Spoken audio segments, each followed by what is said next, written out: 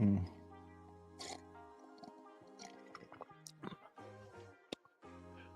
Welcome, y'all. Welcome to another episode of Pierre Live, where I keep it 100, and I tell y'all what it is, what I know.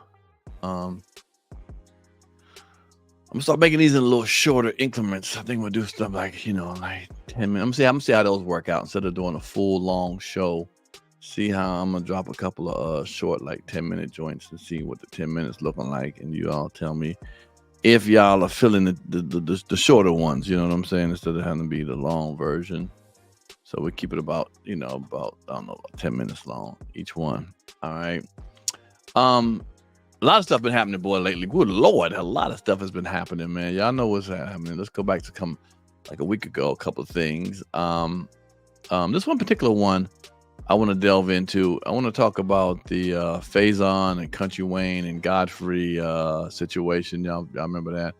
Them three got into it. Well, kind of, I guess, Country Wayne got into it with them. They got into it with Country Wayne. I don't know how it is, but they both called Faizon. I talked to him on the phone right after that, and I talked to Country Godfrey after that.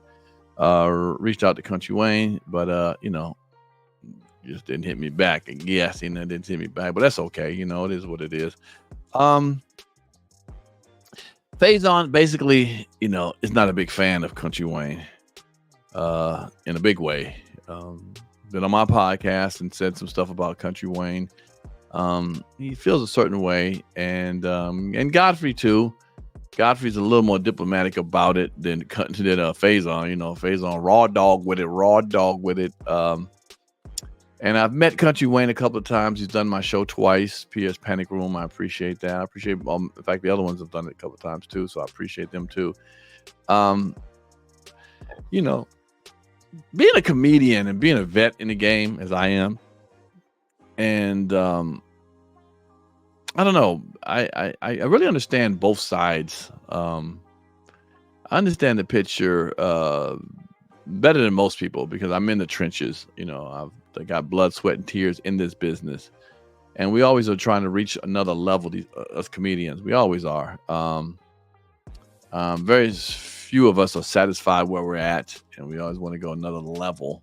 And sometimes we can see somebody come by that moves past us kind of quickly, and it can frustrate us. And we can vent and speak out. And a lot of us hold this thing we call comedy as sacred. We feel like it shouldn't be played with, even though it's funny. Comedy is about fun. But we respect it. We like I said, blood, sweat, and tears with this thing, man. And if we see something that we don't think is right to us, as far as the picture of comedy, we're gonna speak out on it. And it's very interesting. I remember that almost happened years ago when I was in LA and Chris Tucker hit the scene. I remember going to Atlanta, and seeing Chris Tucker, because there used to be a comedy club called Atlanta Comedy Act Theater in Atlanta. They had one in LA, and then he one in Chicago. He tried to franchise it, but LA and Atlanta was doing pretty well. And I went there, and he'd see us in LA and then send us to Atlanta to do a weekend there at his club. His name is Michael Williams. Shout out to Michael Williams. And we happy to be performing. And I remember on this amateur night, because they would do Tuesday, comics would stay actually from Tuesday to Sunday. Listen to me one more time, Tuesday to Sunday. So we had the Tuesday show, Wednesday, Thursday, Friday, Saturday. I think we came back on Sunday. My bad, I came back on Sunday, but still, damn, it was a long time. And we went out there for like $500. Yeah, you heard what I said, $500. One more time, it was in the early 90s, but still, damn, $500 was, oh man, for all those days. But we were happy to do it. Looking back at it now, we're like, damn, $500. Damn. But it was what it was. And I remember seeing on amateur night this young comic named Chris Tucker. He was very funny, had a lot of energy. God damn, man, shit, goddamn, y'all. Just his body language, just his whole persona was, was different. And we got a lot of laughs, and he only did like 5 minutes, but he killed them 5 minutes. And I remember going back to LA, and I saw Michael Williams. I said, yo, this is a very funny comedian named Chris Tucker. You should check him out. And whatever happens. Next time I turn around, Chris Tucker had moved out to LA. And when Chris Tucker moved out, he only had maybe about 10 to 15 minutes of material. And he was hitting the comedy clubs, but his energy and his personality was so big and fascinating. People loved him, man. And some of the vets were upset with him because, he was getting spots and doing stuff and moving around. People were talking about him. And there were some vets that had been out there for 10, 12, 15 years working out and were pissed off about it. Like, damn, this little young dude, coming here doing this, man. But, can't fault Chris Tucker. He just went out there and did what he had to do. The system is what it is. If someone picks you over you or him over you or whatever, this is how the system works. There's not a pecking order. It's not like you come out there and you're like, okay, I'm the last one here, so let me wait down this long line for the next one, my next turn. No, you can come out there and 2 weeks later you're in the movie, or 2 years later, or 20 years later. It doesn't matter. There's no order. It just happens. You go out there with everybody, and whoever they pick. And they were loving on Chris Tucker, and he moved really quickly. And like I said, a lot of vets were upset about it, upset with Chris, and I don't, you don't blame Chris. What do you think Chris supposed to come out there and say, no, don't make me famous yet. There's a lot of other people ahead of me. Let them go first. No, that's not how the business works. And none of those comics who were thinking that, Chris Tucker took their spot would have sat around for the comic in front of them. It is what it is, the business. And I think that's happening now with Kountry Wayne. He's moving fast, very, very fast. And there are some people who feel like that he is not legitimately a stand-up comic for whatever reason they want to feel that. And one of them is Faizon. Faizon don't feel like he's a legitimate comic. Faizon knows the classics, the older comedians, and we talking about we're talking about in the 30s and 40s. He studied the game really hard. Even Godfrey studied the game hard. And when you see someone like Kountry Wayne getting some of the opportunities and feeling like, to them, he's not really qualified as a strong headliner, a strong guy, went through the trenches. There's some feelings involved and upsetness, and I can understand it. I can't blame Kountry Wayne. Kountry Wayne is doing what he does. He's supposed to do, go out there and work and get it. I remember him being on my show, and he said something that was kind of cool. I was like, he said there was a time when he first started out, he was getting hot on those skits, and somebody wanted to give him $5,000 to do a comedy show. And he's like, man, I ain't ready for that yet, man. I want to take that money. And he turned the money down. Many comics wouldn't turn no money down, even if they're not really ready. If they only have 5 minutes of material, so I said, I need you 20 minutes. They'll stretch it out. Hey, where you from? Where you at? What you look at this nigga shoe? Look at this girl hair. Look at it. They'll do that for that $5,000. But he said, no, I'm gonna sit back and wait. And he started working in working places, and got to a point where he felt like he hadn't act enough, to take it on the road, and people were showing up in droves, packing it in. And the word got around, and some veteran comics were like, who is this dude making all this money, making all this noise? And they weren't happy. Well, what do you expect the boy to do? I think what the problem really is generational. It's a generational situation. I remember a time before the internet, when there was gatekeepers and things were different. Nowadays, these young cats and, females and males come into this game, into the internet stage, and just blow up from there and move quickly. It's just, it's different now. When I had, our internet was Comic View or Def Comedy Jam. We got to go on there to be seen, really, to get some road work and so forth in a big way. You shined on Def Jam, and you got some time. There were some comedians on Def Jam who were funny for that 5 minutes, and you see them on the road for 30 or an hour. It was not the same. But these three guys, are at a collision course, I guess. I don't think we use the word collision course, but these three guys, are all trying to get the same situation, stage time and notoriety. And I guess some move faster than the others. Godfrey is a hell of a talent. Why he hasn't broken through to a bigger way, I don't know. I don't know how things work. I don't know.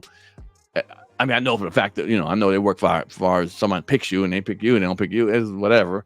I don't know. Would Kountry Wayne have been as big as he had, he is now, if he had to come through the same things we had to come through?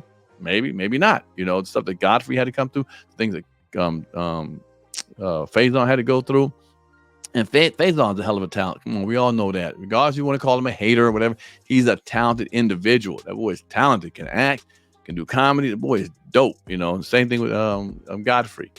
Well, like I said, I think it's more generational, and they just wanted to see him come through the ranks that they came through. But the times are different. There aren't the same situations anymore. Now you just be funny on social media. And if you get a crowd to come to see you in a venue and they sell out and pack it in, people are going to hire you. Regardless if the old heads feel like that person's not ready yet, don't have the act yet, it doesn't matter. Do the fans like her? That's all that matters. Do they sell out? And yes, can it be frustrating if you're an act trying to get in some of those same places and you can't get in? And I know people on the outside, they want to get your people in, yeah. But sometimes it's like, some of the comics, the internet is really like 75% under 30 years old. Let's be real. Over 30, it dwindles down quickly, because people over 30 got jobs, families, kids, so forth, other things to do. When you're under 30, you can be on a bus stop all day on your phone. You can watch all these comedians or whoever little skits you like. Or you can be at work, at 30, under 30, you probably ain't got a real solid job. Put it in the comment about how solid your job is and you're under 30. I get it, but you know what I'm saying. So there's a lot of times I've been at like, where I went to recently. I went to buy something recently. I think some food or something. And the girl was, I was at Starbucks. And a black girl was on her phone, walking to the register because she was doing something on the other side. And she was the only one that, heard another guy over there, but he was kind of in the back. I didn't see him, but by herself. And she was on the phone doing that. And she talking to me, getting the order and stuff. And she texting real quick. And then she took the order. And then, as I wrote the order down, she did the order. Then she got right back to texting again. She's about 22, 23 years old. What I expect, So there are more eyes under 30 on social media. And so they're going to gravitate towards people that they like and look more like them, the younger comics. And they're going to blow them up and they're going to share those things. That's the thing about us. Like, one thing I don't like is that people over 40, they'll like something, but they won't share it. Like, man, you funny as hell. Did you tell anybody? Nah, I ain't doing that. I just said you funny. Keep it moving. I ain't got time to be sharing your shit on my people. Yeah. Well, somebody 21, 22, 23, they got time to share. And then they share it. And then you wonder why someone like a Faizon or a Godfrey aren't as large as they should be, because the people that like them aren't the kind of people that would share or push that energy to help them get bigger, but they would do it for somebody who, DC Young Fly, Funny Marco, Country Wayne, boom, it is what it is. And then if you're older, you're like, well, I'm tired of these young comics. They ain't saying nothing on stage. They whack as hell. Do you support and share those other comics when they're on social media? No, I don't do that. Well, okay, then. This is the game. This is the game. Okay, this is how it goes. So I don't like to see them beefing, but I understand the beef. Trust me, I understand it. I understand it fully. And Country Wayne just want to be left alone and does, and say, look, let me do my thing. If y'all don't like me like how I do it, that's on y'all. Move away from me, and let me continue to do what I do. And I know he's going to continue to do what he does, and he should as well. He should. But Faizon and Godfrey have a way they feel, and they don't really like, spend all day long worrying about what Country Wayne doing. They just feel like, or I say they, but they're just not. He's just not on a tier that he's getting the accolades for. And nowadays, it's not about how great you are. Country Wayne knows he's not a great comedian. He's working on it. He's trying to get to that point. I get that. He's trying to get to that point. And right now, that's what. But he's getting great opportunities to learn while he's learning. And a lot of us didn't get that kind of opportunity. We didn't get no Netflix special, or we didn't get no tours and stuff when we weren't ready. You know what I'm saying? We had to go through gatekeepers. But time has changed. And you can't be mad at Country Wayne or these young comics who are doing it. It is what it is. All I ask for is, the older, if you are on social media and you see a Godfrey clip or you do see a Faizon clip and you think it's entertaining, then support it and just share. Hit the share button. There's a share button. You know how to do all my stuff. Share it. It's funny. I can do some skits. I can do 50 skits and they can be clever and have a beginning, middle, and end and funny. Or I can do my Dating Pierre's, which was the web series. People look at me, I love that shit. Funny. Make some more. Did you share it? Did you tell anybody? Oh no, I didn't do all that. But see, when Country Wayne does one, they all share Country Wayne stuff, and it becomes 10 million views and 5 million views. And he makes more money to make more. I do it. You don't want to share it, but you want me to make more. I got to pay for these things. It costs money to get this thing done. Go to YouTube and put up Dating Pierre and check that out. And be like, oh, okay, way more. Yeah, this shit funny as hell. Hey, you know what I'm saying? You gonna tell somebody about it? If you don't, then there it is. You're part of the problem too. It is what it is. But at the end of the day, man, this thing's gonna die down. Like I was telling Faizon, come on, Faizon, you can't be mad at the young boy for doing what he's doing, man. It is what it is. I understand. You're a veteran and you know how comedy goes and how jokes are built and structured and so forth. This young boy is doing the best he can out here. Got a fan base that loves him, and he gonna continue to work. Godfrey, Godfrey knows the same thing. Godfrey sometimes mystified by it because he's really in New York in them trenches too. Nightly doing them shows and seeing who gets moved and who gets not moved forward. Then when you see somebody like a Kountry Wayne come out of nowhere and bam, get this stuff and you feel like he's not qualified. Hey, it's not up to us as a comic to talk about the other comedian and see if he's qualified or not. Publicly, it's like, hey, his fans think they are. So you ain't gonna stop all the millions of fans they got. So just move to the side, just hustle harder on your situation and keep pushing, which they are doing. Which I do, I keep pushing and pushing, and I got love for the young cats, the ones that want to listen, but the ones that are arrogant and think they all know everything. Well, go ahead, bro, do what you gotta do. I've got over 30 years in this business, man. I'm still eating and blessed enough to have my fans support me and watch me, and won't share it, but at least you'll watch it. But yeah, so that's my take on it, man. I think it's more of a generational thing, and but a lot of people do that. Our parents did the same thing to us. When your parents didn't like Prince, when you first heard Prince, like, what the hell is that kind of music? That ain't no Al Green. It's a generational thing, and look down the years, Prince became, huge. I remember my father was like, what the hell is this guy? Sometimes I like my mother, sometimes I'm like my father. Who says that shit, man? I was like, well, Prince does. So, and now look at Prince, one of the greatest musicians of all time. Maybe Kountry Wayne might be one of the greats of all time. You never know. You never know, man. But leave some stuff in the comments. Let me know how y'all feel about this, what I came up with. That's how I feel about it. At the end of the day, I want to see all of them, do what they got to do. I love them all, man. I've been down with Faizon forever, Godfrey forever. Just recently got down with Kountry Wayne. Want to get Kountry Wayne back on the show, but I guess, he's kind of large now, so might not even come on my show anymore. But again, thank y'all for watching my show. Again, that's what we're doing here. Leave it in the comments down here and let me know what y'all thinking. All right, y'all. Peace out. Oh,